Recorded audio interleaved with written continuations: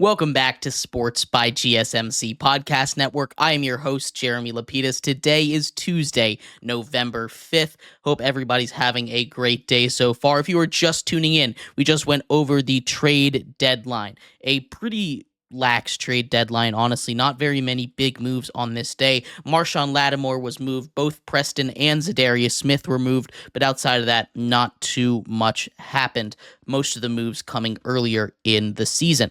In this segment, we turn our attention to Week 9 in the NFL. From over the weekend and on Monday, we have winners and losers. We're going to start off with our winners in just 1 second. But before we do, remember, if you would like to be an even bigger part of the show than you already are, all you need to do is go to gsmcpodcast.net. Or if you are on YouTube, you can use that super chat feature. If you do either of those two things, a message should pop up on the bottom of the screen for you, me, and everybody else around the world to see. If you do have a burning question about sports, anything at all that you would like to talk about, go ahead and throw that in the comments. Throw it in the chat. I will get to it as soon as I possibly can. I appreciate everybody so much for sticking around, talking some sports with me here on a beautiful Tuesday, November 5th.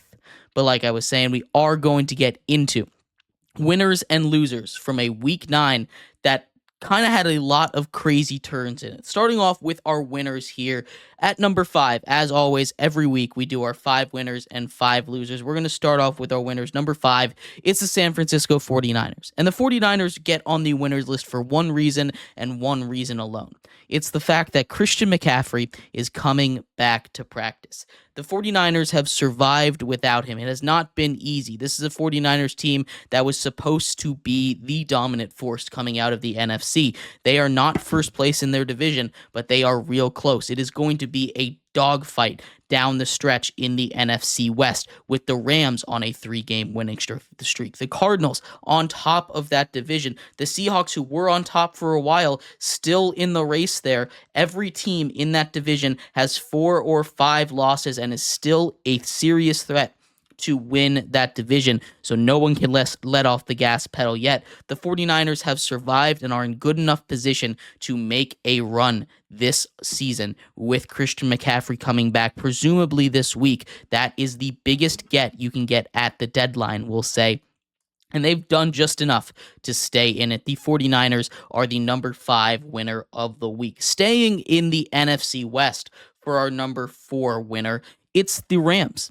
They were a team that was on the block. They thought they were going to sell off some assets. Cooper Kupp's name was being thrown around about the time of the big wide receiver trades earlier this season. They have now won 3 straight, are tied for second place in that division, and are right behind, in striking distance, of the Arizona Cardinals, are only up on them by half a game. This is a team that is hotter than anybody else in the NFL right now. The way they're playing now that they've got all of their weapons, the defense especially, has been super, super impressive. Trey White gets traded away. He wasn't very happy with LA.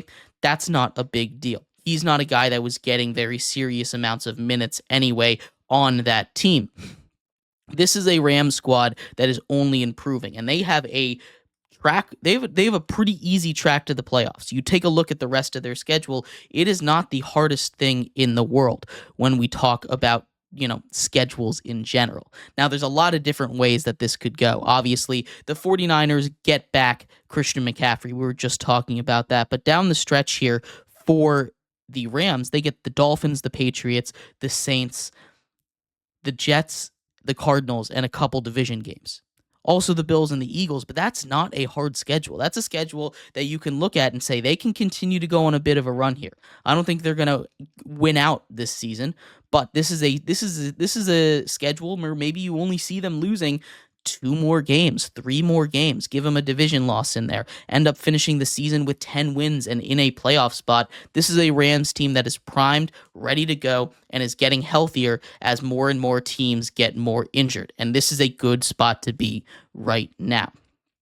Taking us in to our number 3 winner of the week, we can't ignore it, Saquon Barkley. Saquon Barkley pulled off the most incredible things, one of the most incredible things you could possibly do on a football field this week against the Jacksonville Jaguars. Not only is Saquon Barkley continuing to do Saquon Barkley level things, but he also hurdled someone backwards. He catches the ball out in the flat on a third down, a big third down play, breaks a tackle, spins off another guy directly into a backwards hurdle. You've seen this play over and over again if you're anywhere on the NFL internet, if you're anywhere a part of the NFL community. This is something you have seen, and it's one of the more beautiful things that has ever happened on a football field. He's tried this before in a game. It did not work. He goes out, tries it again, is fearless, gets over the Jacksonville defender, lands and is ready to go, gets tackled, but he could have kept going if no one was there to catch up to him.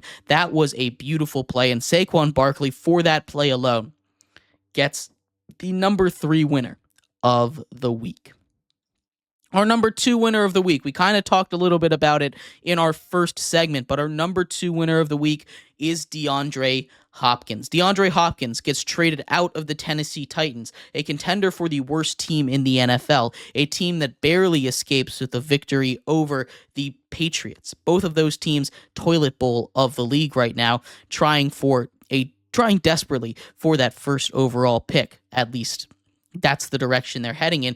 Gets freed to the Kansas City Chiefs, where immediately he gets an incredible connection, a great chemistry with Patrick Mahomes, and now is closer to winning a Super Bowl than he ever has in his entire career. He's been on some solid teams. Some of those Texans teams he was on were really good. Some of those Arizona Cardinals teams he was on were really good. He had the longest undefeated streak at one point when he was on the Cardinals, and now he goes to the 2-time defending Super Bowl champions, a team that has not lost since Christmas.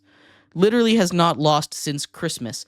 He is in an excellent spot, and he makes that Chiefs team immediately 20, 30 times better than they were. You see his impact. They do not win that game on Monday without DeAndre Hopkins. DeAndre Hopkins and the Chiefs are the number 2 winner of the week, and that leads us to number 1.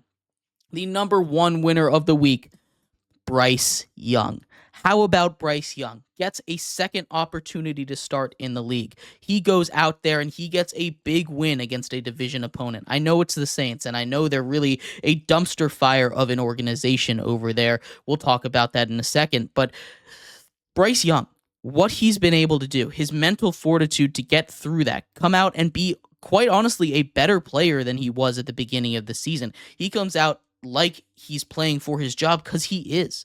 Bryce Young goes out there and raises questions. Is he getting his job back? Andy Dalton expected to be healthy after this week. Now there's a real question for Dave Canales. There were some mistakes there, but he was dropping dimes. He was making the right decision a lot of the time. He was still doing the same kind of mistakes, bailing from empty pockets, but he finally gets a win. And when you watch him smiling from ear to ear after a win in the NFL, something that's come so rare to him after winning consistently in college with Alabama, that is something that it's just good for the NFL. We've had lots and lots of issues with mismanagement of young quarterbacks, of second-year quarterbacks, especially this year with both Bryce Young and Anthony Richardson. To see Bryce Young out there winning games is maybe the best thing that could have happened. He is the winner of this week in the NFL.